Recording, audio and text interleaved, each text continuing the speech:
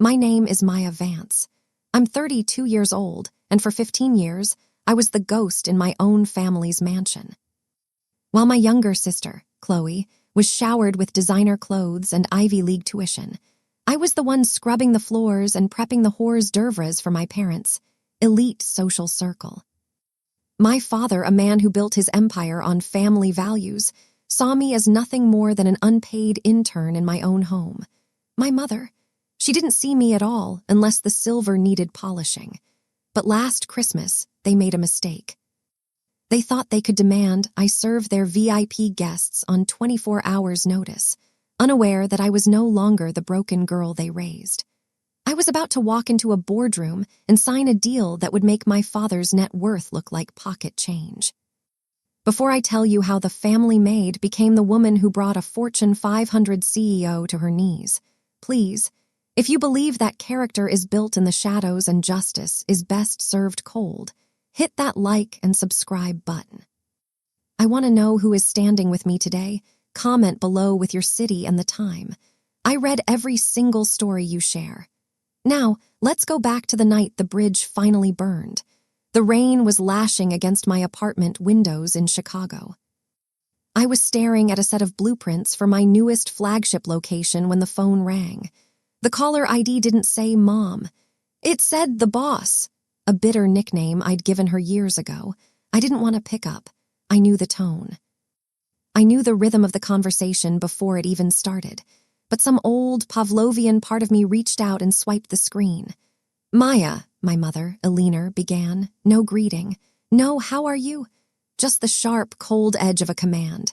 Cancel your plans for tomorrow. Chloe is hosting her Young Innovators Gala at the estate. We have 35 guests coming, including the board members of Zenith Global. You need to be at the house by 8:00 a.m. to handle the catering. The menu is already in your inbox. Don't be late, this is Chloe's big night. My grip tightened on the edge of my mahogany desk, a desk I had bought with my own hard-earned money. Chloe's big night. Every night was Chloe's big night.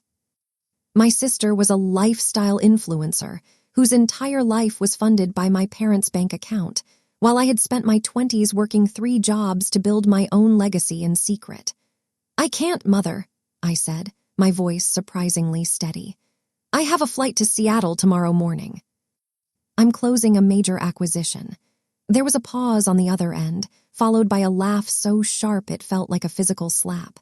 An acquisition? Maya, please. Your little project is cute, but this is reality. Chloe is making connections that actually matter for this family's prestige. You're a good cook and you're reliable. That is your contribution. Now stop being dramatic and show up. We've already told the guests the food will be world class. Don't embarrass us by being selfish. The line went dead. I stared at the phone, the familiar sting of being less than rising in my throat. I looked over at my laptop. An email was sitting there from Julian Thorne, the CEO of Zenith Global, the very man my mother was trying to impress. He wasn't coming to see Chloe. He was coming because he had heard a rumor that the elusive founder of Vance and Valerius, my company, might be at the Sullivan estate. He didn't know I was the daughter they kept in the kitchen. He thought I was his greatest rival. I looked at my suitcase, then at the servant's menu my mother had sent. Lobster bisque, prime rib, 6 types of artisanal bread, all to be made by one person in 24 hours. For 15 years, I had done it. I had cooked for their birthdays while Chloe opened presents. I had cleaned the house after New Year's parties while Chloe slept off her hangovers. I had been the invisible pillar holding up their facade of a perfect family. They thought they owned me because they gave me life. But they hadn't given me a life. They had given me a cage. I walked to my safe, pulled out the finalized contract for the Zenith partnership, and felt the weight of the gold-embossed folder. Tomorrow wasn't Chloe's big night. It was the day the ghost finally decided to haunt them. I wasn't going to the estate to cook. I was going to the airport to claim my throne. As the flight attendants made their final checks, I leaned back in my seat, the hum of the jet engines feeling like a low-frequency roar of liberation. For 15 years, the sound of my mother's voice had been my alarm clock, my judge, and my jury. But as the plane climbed through the gray Chicago clouds, that voice felt smaller, more distant. I closed my eyes, and the memories started to play like a highlight reel of humiliation. I remembered being 19, coming home from my university classes, which I paid for myself by working night shifts, only to find my bedroom furniture on the lawn.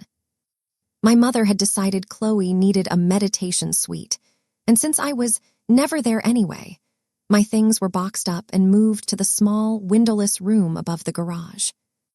That was the first time I realized I wasn't a daughter. I was a tenant who paid rent in labor. The pattern never broke. At my father's 50th birthday, a grand affair with 300 guests, I spent 14 hours on my feet in the kitchen, sweat dripping down my back as I plated 3,000 individual appetizers. When the head of a major tech firm wandered into the kitchen looking for a napkin and asked who I was, my father hadn't even looked up from his drink. "Oh, that's just Maya," he had said dismissively. "She's our little homebody. She's not much for the limelight like Chloe, but she sure knows her way around a stove." The guest had looked at me with pity, and for a second I wanted to scream that I had just finished my MBA, that I was building an algorithmic trading platform in that garage room at 3:00 a.m. But I stayed silent. I kept my head down. I learned that the best way to win a war is to let your enemy think you've already surrendered. I opened my laptop and looked at the Vance and Valerius dashboard.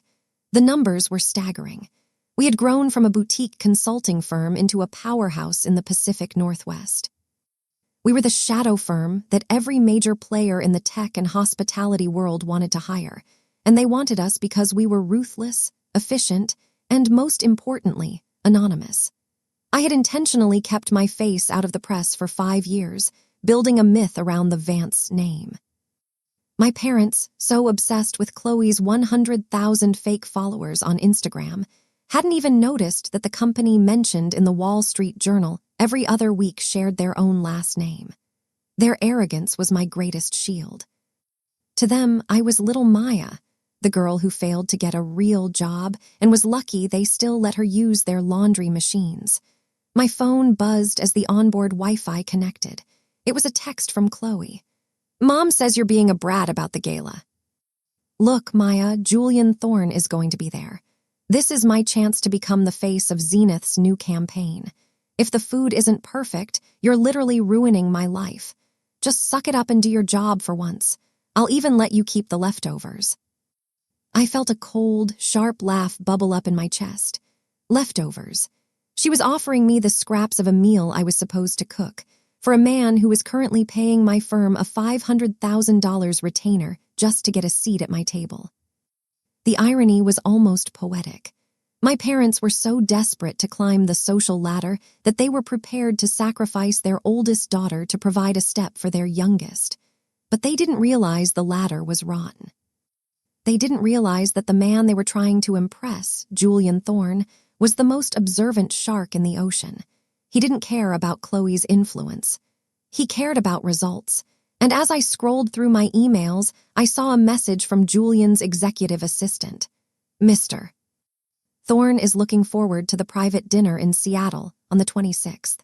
He mentioned he's attending a small social function in Chicago on Christmas Eve, but he's leaving early to make sure he's sharp for your meeting.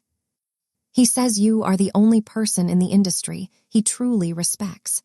I looked out the window at the dark expanse of the country below. In a few hours, my mother would be walking through the estate, checking the linens, screaming at the florist, and waiting for her reliable daughter to walk through the back door. She would have the apron ready. She would have the list of demands. But for the first time in 15 years, the back door was going to stay locked. The kitchen would stay cold. And the young innovator's gala was about to become the most public disaster in the history of the Vance family name. I wasn't just catching a flight, I was launching a revolution. And as the plane touched down in the rain of Seattle, I knew there was no going back. The girl they could command was dead. The CEO was here.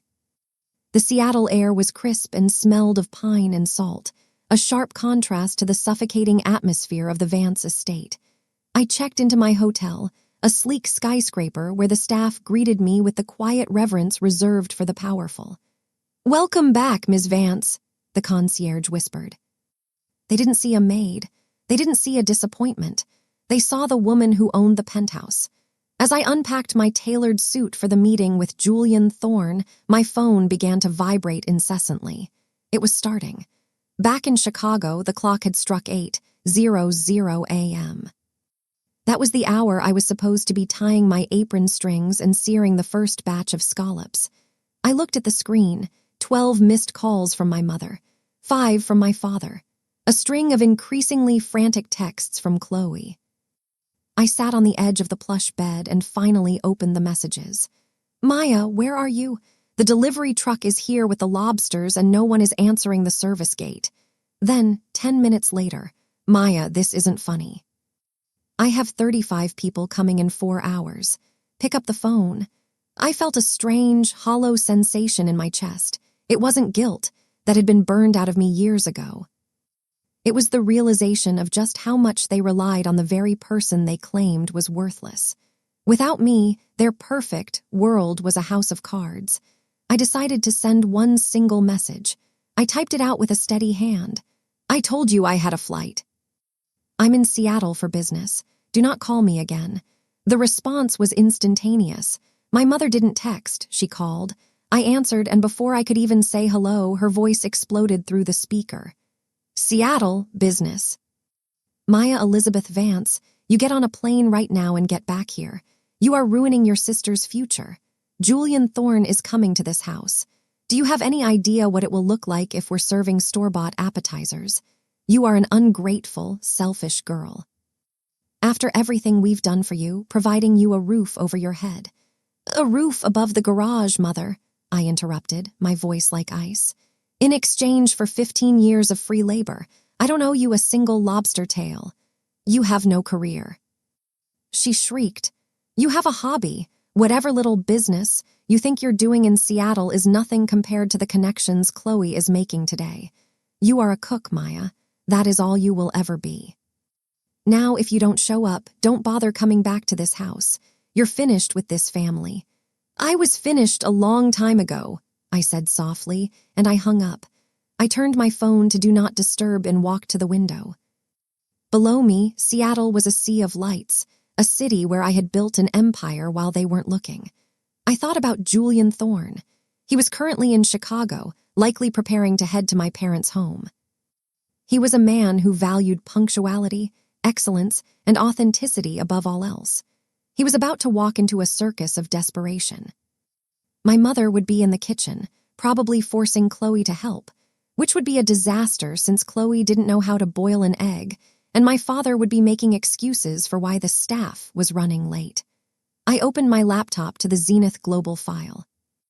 Julian wanted to merge his hospitality wing with my tech-driven catering logistics. It was a $50 million merger. If he knew the unreliable daughter his hostess was complaining about was the same woman he was about to sign over half his legacy to, he would be horrified. But I wasn't going to stop him from going. I wanted him to see the Vance family in their rawest form. I wanted him to see the chaos that ensues when the person who does all the work finally stops doing it. I spent the rest of the afternoon in a state of zen-like focus. I reviewed the final terms of the contract. I spoke with my lead architect about the new Seattle kitchen facility. I was a CEO, a visionary, a leader of 100 employees. And yet, in 3 hours, my mother would be telling the most powerful man in the industry that I was a failure who couldn't hold down a job at a diner. The irony was so thick I could taste it. I ordered a glass of expensive scotch and sat in the dark, watching the clock. 7:00 p.m. Chicago time. The guests would be arriving. The young innovators would be walking into a house that smelled not of gourmet steak, but of panic and frozen pizza. The curtain was going up, and for the first time in my life, I wasn't the stagehand. I was the audience. The silence of my hotel suite was broken by a single, sharp notification. It was an automated alert from my estate security system back in Chicago. Someone was ringing the back service gate repeatedly. My mother. She was likely out there herself, hoping I had just lost my keys or was playing a sick prank. But as the minutes ticked by and the 7:00 p.m. gala start time arrived, the messages transitioned from angry to apocalyptic. Chloe sent a photo of her smudged eyeliner with the caption, "I hope you're happy. You've ruined everything. Julian is here. He's standing in the foyer and there isn't even bread on the table. I hate you." I didn't reply. Instead, I imagined the scene. Julian Thorne, a man who lives his life with the precision of a Swiss watch, walking into the Vance mansion. He would expect the scent of rosemary-infused lamb and the sight of white-gloved service. Instead, he would find my mother, Eleanor, trying to hide her stained silk blouse, and my father, Richard, sweating through his tuxedo as he desperately tried to explain why the catering company had a last-minute emergency. The young innovators would be standing around with empty champagne flutes, realizing that the prestige of the Vance family was nothing more than a carefully curated lie. My phone buzzed again. This time, it was a voice memo from my father. I played it. The background noise was a chaotic symphony of clinking glasses and my mother's raised voice. "Maya," my father hissed into the phone, his voice trembling with a mix of rage and embarrassment. "We are serving frozen appetizers from the 24-hour grocery store. Julian Thorne is sitting in the library drinking water because there's no food. Your mother is telling everyone you had a nervous breakdown and ran away. If you have any shred of decency left, you will call Julian's assistant and tell them this was your fault, not ours. You are destroying our reputation." I leaned back, a cold smile spreading across my face. They weren't worried about me. They weren't worried about my breakdown. They were worried about their reputation. They were worried that the elite of Chicago would see them for what they actually were. People who had built a life on the backs of others and had no idea how to sustain it themselves. My father wanted me to take the fall for their lack of a backup plan. He wanted the unreliable daughter narrative to save his own skin. But there was a variable they hadn't accounted for. Julian Thorne wasn't just a guest, he was a shark. And sharks can smell blood in the water. An hour later, I received an email. It wasn't from my family. It was from Julian himself. The subject line was simply, "Interesting evening."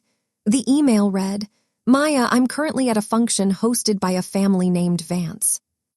It's a fascinating study in mismanagement. The hostess is currently in the kitchen screaming at a delivery driver, and the host is telling me that his eldest daughter, a woman he describes as unemployable, left them in the lurch.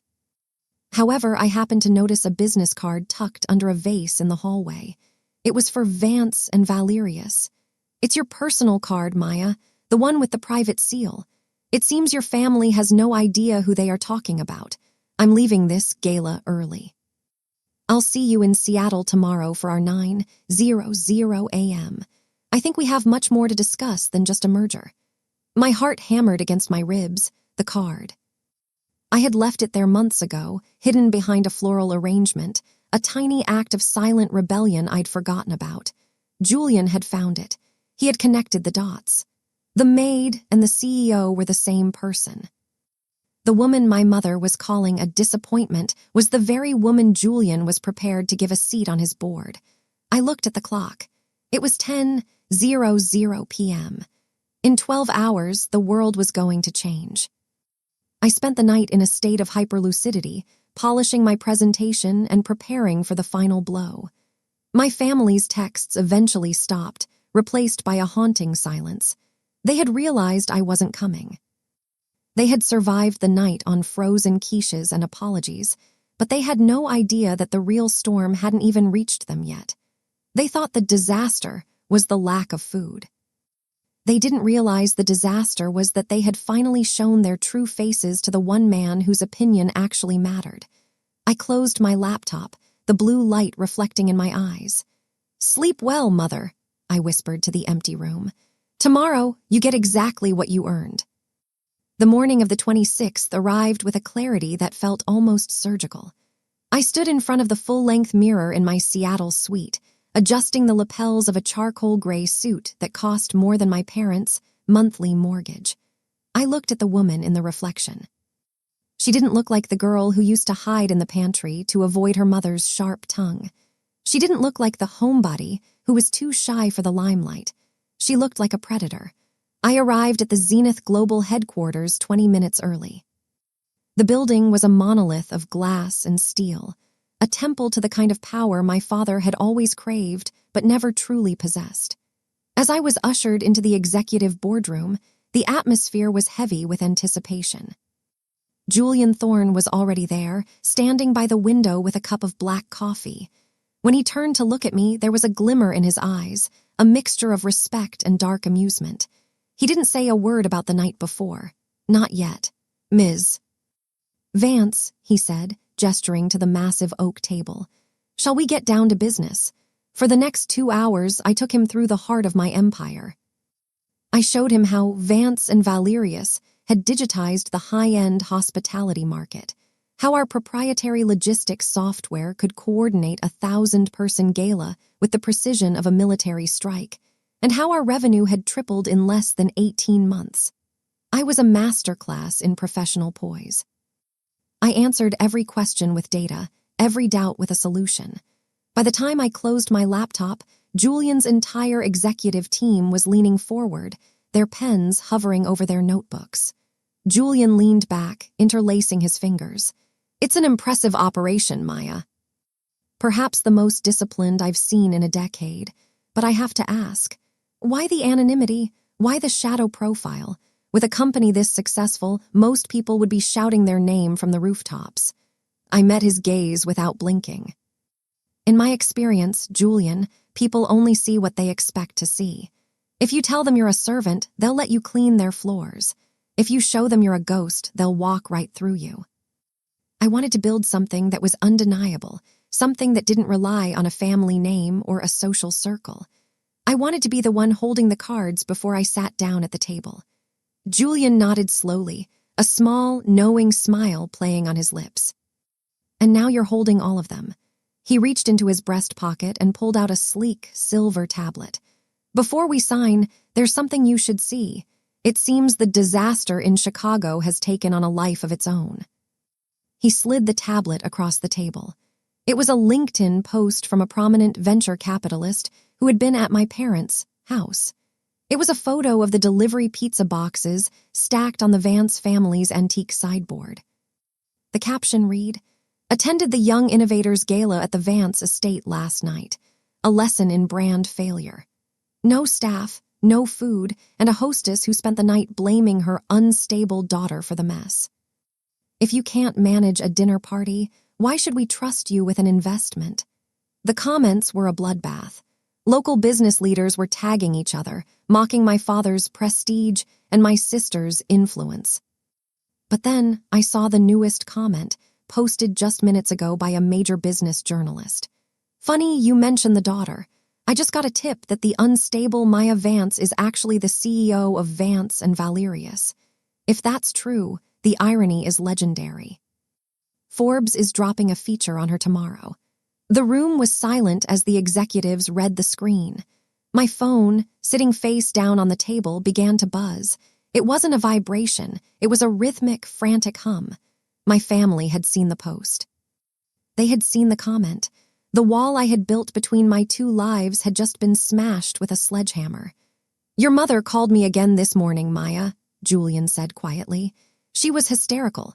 She wanted to know if it was true. She wanted to know if you were really the woman I was meeting today. She told me that if you were, I should tell you to remember who raised you. She said, 'Family comes first.'" I looked at the contract sitting in front of me, the $50 million merger that would solidify my place as a titan of the industry. I picked up the fountain pen. "Family does come first, Julian," I said, my voice cold and clear. "That's why I'm making sure mine can never touch what I've built." I signed the document with a flourish, the ink drying on the page like a final seal on my old life. At that exact moment, my phone screen lit up with a text from my sister, Chloe. It was no longer a demand. It was a plea. "Maya, please answer. Dad is in the hospital with chest pains. Mom is losing her mind. Everyone is calling us. Please tell them the LinkedIn post is a lie. Please help us." I looked at the message, then back at Julian. "Ready for the press release?" I asked. The boardroom was filled with the scratch of pens and the low murmur of executives, but for me, the world had narrowed down to that tiny glowing screen. My sister's plea, "Please tell them the LinkedIn post is a lie," was the ultimate proof of their delusion. Even now, faced with the wreckage of their own making, they didn't want the truth. They wanted the comfort of the lie that kept me beneath them. I looked at Julian Thorne. He was watching me with an intensity that suggested he was reading my thoughts. He knew that for me, this wasn't just a business transaction. It was an exorcism. "Julian," I said, my voice cutting through the room's chatter, "I want the press release for the merger to go out in 10 minutes. And I want the founder's note section to be very specific." "How specific?" he asked, leaning in. "Mention that Vance and Valerius was built without a single cent of inherited wealth or family connection.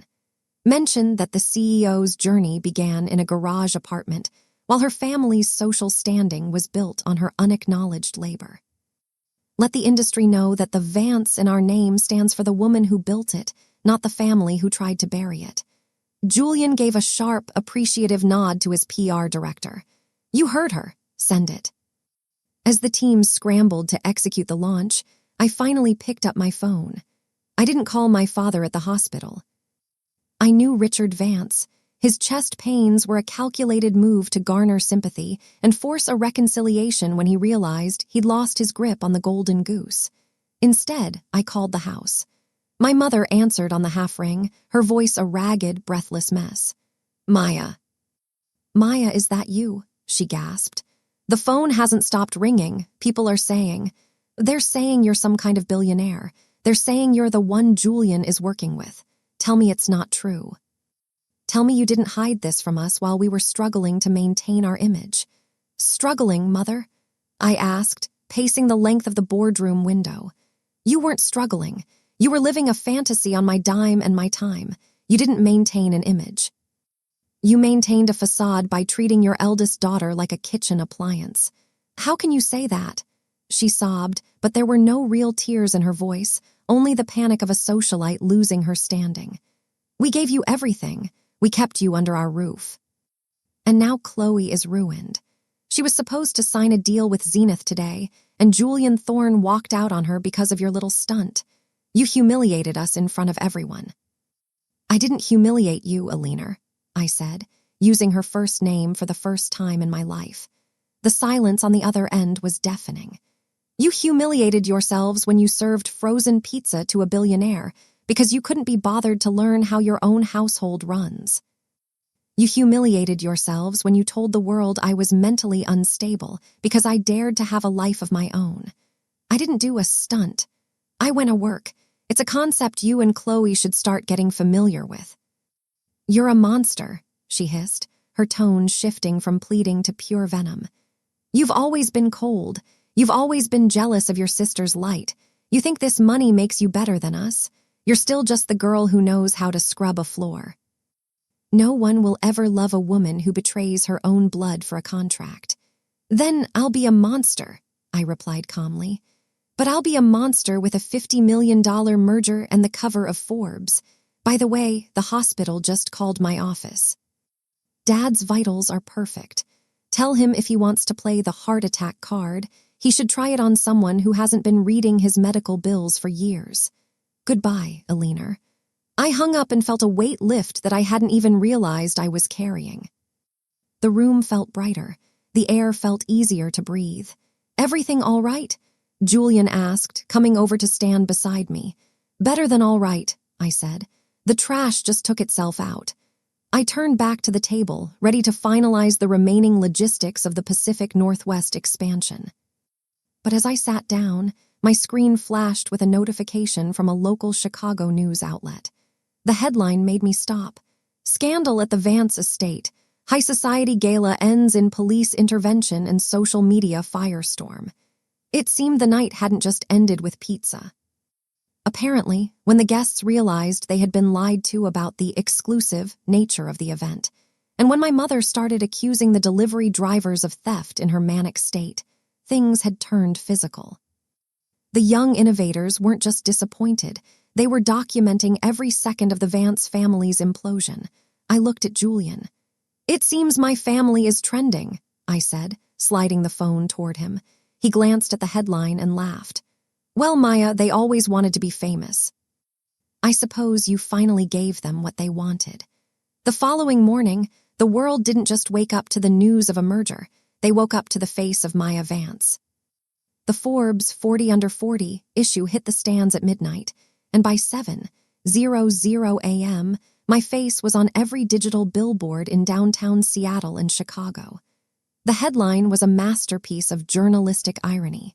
"The Invisible Architect: How Maya Vance Built a Kingdom While Serving Her Family's Scraps." The article didn't hold back. It detailed the 15 years of servitude, the windowless room above the garage, and the fact that I had engineered a multi-million-dollar empire using the very kitchen table where I was once told I wasn't smart enough for business. I was sitting in a quiet cafe near the waterfront, wearing dark sunglasses and a simple trench coat, watching the world react.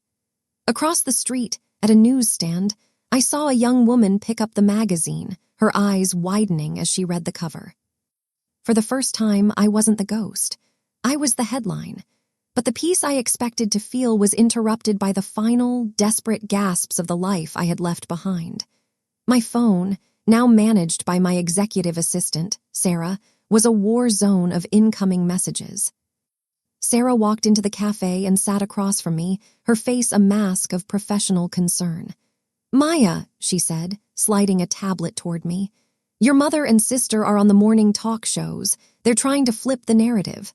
I looked at the screen. There was a Leaner and Chloe, dressed in somber black, sitting on a plush sofa for a local Chicago morning news segment. My mother was dabbing her eyes with a lace handkerchief.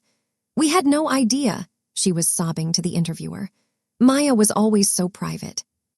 We thought she was struggling, so we kept her close to us to protect her. We gave her a place to stay, we encouraged her cooking. We thought we were supporting her dream. To see her succeed like this and then turn her back on her family in our hour of need. It's heartbreaking. We just want our daughter back." Chloe piped up, her voice trembling with practiced fragility. I looked up to Maya. I thought we were a team. I even tried to get her a spot in my networking group to help her hobby. To find out she was a CEO this whole time. It feels like a betrayal. She let us fail on Christmas Eve just to make a point. Who does that to their own flesh and blood? The interviewer looked sympathetic, and for a moment, the Vance family was winning the pity of the public. I felt a surge of old, familiar anger. They weren't just parasites, they were chameleons. They would play the villain until the moment it was more profitable to play the victim. "Should we issue a rebuttal?" Sarah asked, her finger hovering over a draft of a statement. "No," I said, my voice low and dangerous. "A rebuttal makes it a he said, she said." "I don't want a debate. I want an ending. Do we have the records from the garage apartment?" Sarah nodded. "I have the security footage you installed yourself 4 years ago. I have the logs of every hour you worked, and I have the recorded phone calls where your mother threatened to throw you out if the souffle fell. I also have the receipts for the rent they made you pay in labor, calculated against market rates for a professional chef." "Upload it," I said. "All of it. Not to the news, but to my personal LinkedIn and the company's transparency portal. Tag the network that's interviewing them right now. If they want to talk about support, let's show the world what Vance family support actually looks like." Within 20 minutes, the internet shifted. The Invisible Architect wasn't just a success story anymore. She was a survivor. The footage went viral. Clips of me working at 4:00 a.m. on a laptop perched on a laundry machine, followed by my mother's voice screaming at me through the door because I hadn't polished the silver for her bridge club. The logs showed that while Chloe was on a $20,000 vacation in Bali funded by my parents, I was being charged service fees for using the family's high-speed internet to run my business. The morning show went to a commercial break. When they came back, the interviewer's tone had changed. She was holding her earpiece, listening to her producers. She looked at a Leaner and Chloe, her expression now one of cold realization. "We're getting reports, Mrs. Vance, of some very different accounts of Maya's time in your home. There's video evidence of you threatening to evict her on Christmas Eve if she didn't cook for 35 people for free. Would you like to comment on that?" My mother's face went pale. The lace handkerchief dropped to her lap. She looked into the camera, and for the first time in her life, she had nothing to say. The mask hadn't just slipped, it had shattered. I closed the tablet and took a sip of my coffee. The sun was finally breaking through the Seattle clouds, and the water of the Sound was sparkling like diamonds. The Maid was gone. The ghost was gone. There was only me. The aftermath of the morning show disaster was like watching a slow-motion car crash from the safety of a skyscraper. By noon, the Vance family name, once synonymous with Chicago's old money prestige, had become a punchline. The video of my mother's stunned, silent face on live television was being turned into memes, shared by millions as a symbol of toxic entitlement. My phone was finally quiet, the blockade I'd built through my assistant holding strong, but the world outside was anything but. I returned to my office at the Vance and Valerius headquarters. As I walked through the lobby, my employees, people who had stood by me when we were just a 3-person team in a rented basement, stood up and began to applaud. It wasn't the kind of shallow praise my sister lived for. This was respect. They knew the hours I'd put in. They had seen me take meetings in the back of Ubers while my mother called to scream about a missing set of linens. They knew that every brick of this company was laid with the sweat of someone who was never supposed to make it. "Maya," Sarah said, stepping into my office with a stack of files. The board of Zenith Global just sent an official apology for the behavior of the associates at the Chicago Gala. Julian Thorne has personally requested that you take over the entire national portfolio. This isn't just a merger anymore. It's a total takeover of the luxury hospitality space. I sat at my desk, looking out over the city. "And the family?" Sarah hesitated. "Your father's chest pains miraculously vanished when the hospital saw the news reports, but there's a new problem. Apparently, your father used the Vance and Valerius name as collateral for a private loan 6 months ago. He told the bank he was a silent partner in your company. Now that the news has broken that he has no connection to us, the bank is calling in the loan. They're facing foreclosure on the estate, Maya. Within 30 days, they'll be on the street." I felt a cold shiver run down my spine, but it wasn't fear. It was the final, bitter realization of my father's arrogance. He had been so sure I would never amount to anything that he used my name like a blank check, assuming I'd never be powerful enough to catch him. He hadn't just ignored my success. He had tried to harvest it while I was still planting the seeds. "Do they want to speak to me?" I asked. "Your father is at the front desk right now," Sarah whispered. "The security team is holding him in the lobby. He says he won't leave until he sees his favorite daughter." I stood up, smoothing my jacket. "Let him up." 5 minutes later, Richard Vance walked into my office. He looked 10 years older than the last time I'd seen him. The confidence that usually radiated from his tailored suits was gone, replaced by the desperate, shifty eyes of a man who had run out of lies.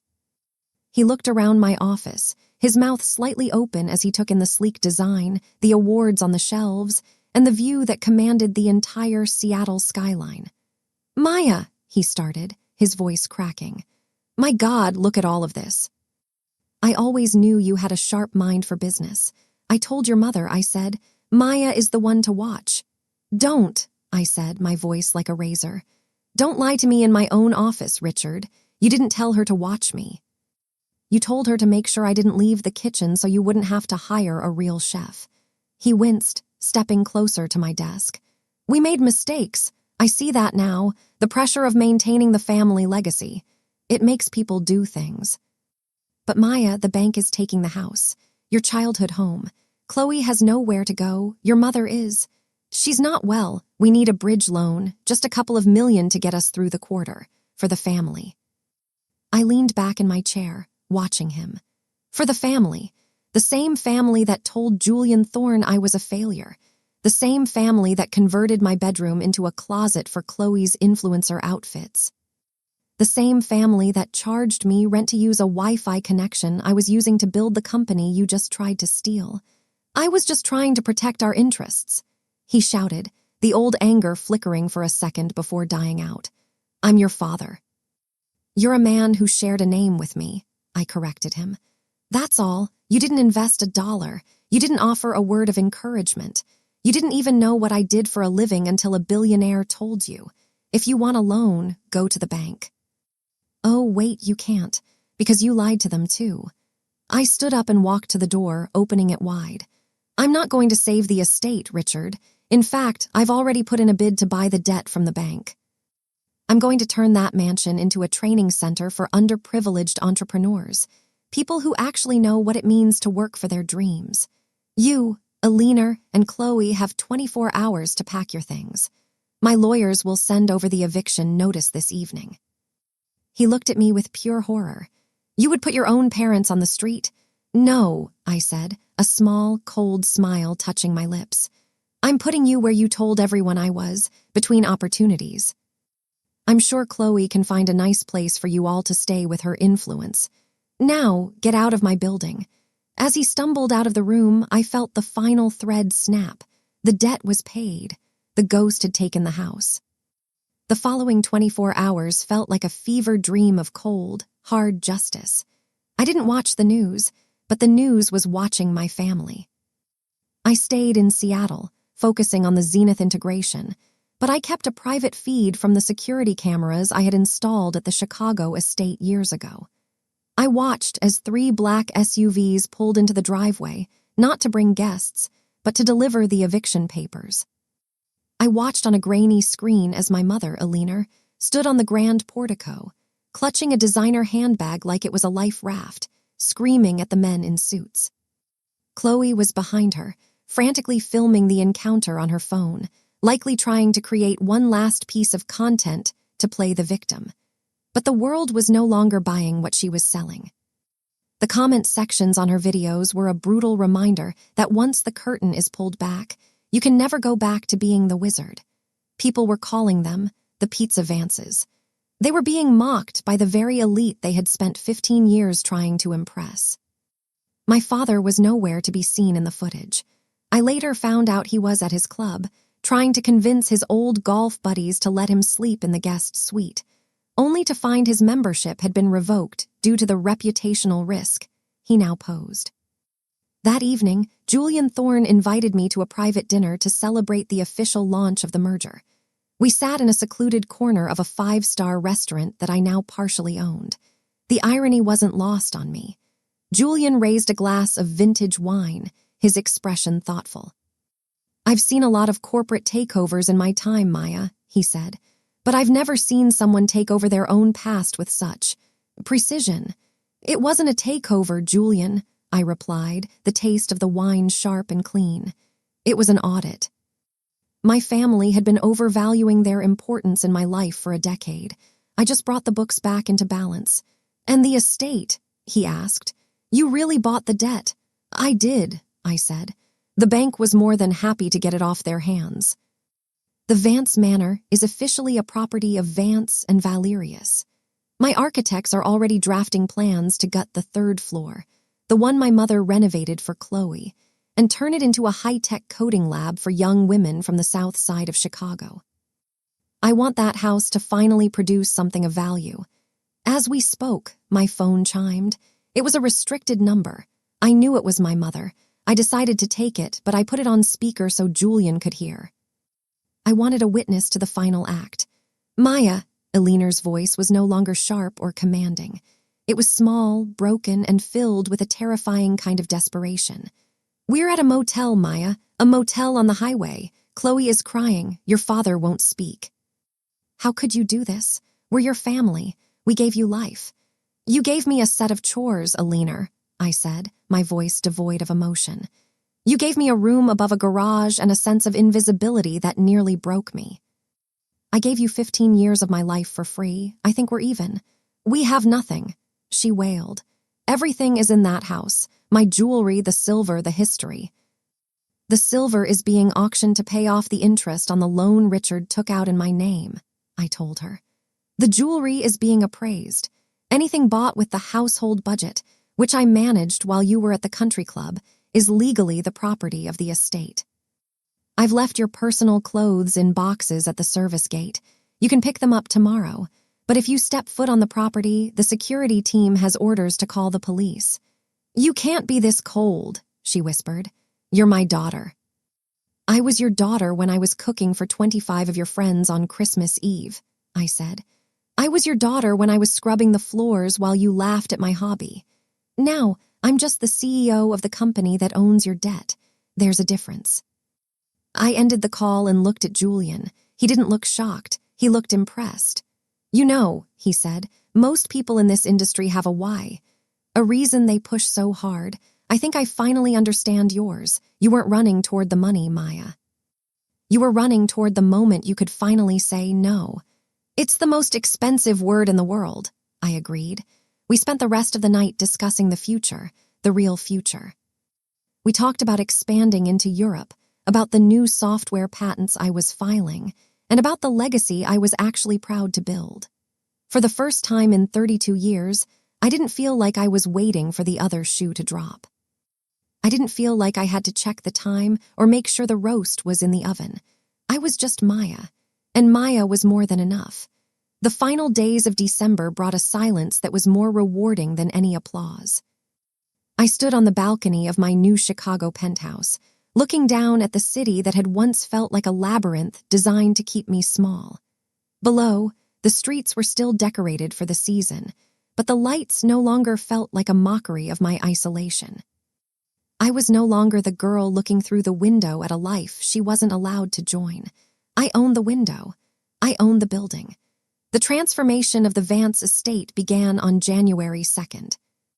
I didn't go there personally. I didn't need to walk through those halls to feel my victory, but my project manager sent me daily updates. The designer gowns Chloe had left behind were donated to a local theater group. The good china my mother had used to serve delivery pizza was auctioned off, with every cent going toward a scholarship fund for first-generation college students. The house was being gutted, the walls of my windowless garage room torn down to make way for a bright, open-concept lounge for the new residents. We renamed the property the Phoenix Center. It was the only fitting name for a place built from the ashes of a daughter's spirit. My family's descent into obscurity was swift. Without my father's fake credentials or my mother's social standing, they were just 3 more people struggling to keep up with a lifestyle they could no longer afford. My father eventually took a job as a low-level consultant for a firm that didn't know his history, and my mother was forced to sell her remaining designer bags to pay for a modest 2-bedroom apartment. Chloe tried to launch a rebrand as a survivor of family betrayal, but the internet has a long memory. Her follower count plummeted, replaced by comments asking her how to properly microwave a frozen quiche. They were finally living the humble life they had always projected onto me. The final piece of the puzzle fell into place during a board meeting at Vance and Valerius.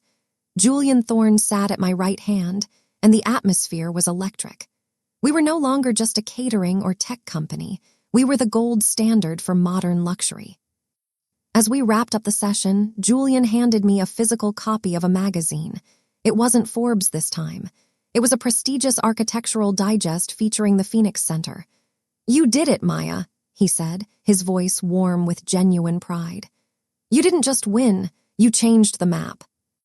I looked at the photos of the bright, bustling center.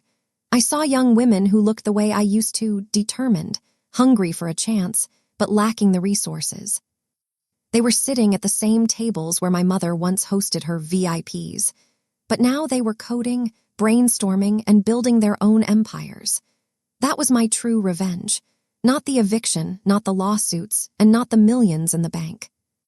My revenge was proving that the person they tried to use as a stepping stone was actually the foundation of everything. As the meeting ended and the room cleared, I stayed behind for a moment, looking out at the horizon. I thought about that girl from 15 years ago. I thought about the Christmas Eves I spent alone in the kitchen, the tears I wiped away with a flour-covered apron, and the way I used to pray for someone to see me. I realized then that no one was ever going to come and save me. I had to save myself. I had to take the invisibility they gave me and use it as a cloak to move through the shadows until I was ready to step into the light. If you're listening to this and you feel like the ghost in your own life, if you're being told your dreams are just hobbies and your value is only what you can provide for others, I want you to remember my story. The people who try to dim your light are usually the ones most afraid of how bright you can shine. Don't waste your breath trying to convince them of your worth. Build your kingdom in silence. Let your success be the noise that finally wakes them up. My name is Maya Vance, and I am no longer the family maid. I am the architect of my own destiny, and for the first time in my life, I am exactly where I belong. Thank you for staying with me until the end. This journey wasn't just about business. It was about the cost of freedom and the power of walking away. If this story touched you, if it gave you the strength to stand up for yourself, please share it. Let's remind the world that the unreliable ones are often the ones holding everything together. Don't forget to like, subscribe, and hit that notification bell. I'll see you in the next story of justice, resilience, and the ultimate comeback. Until then, keep building.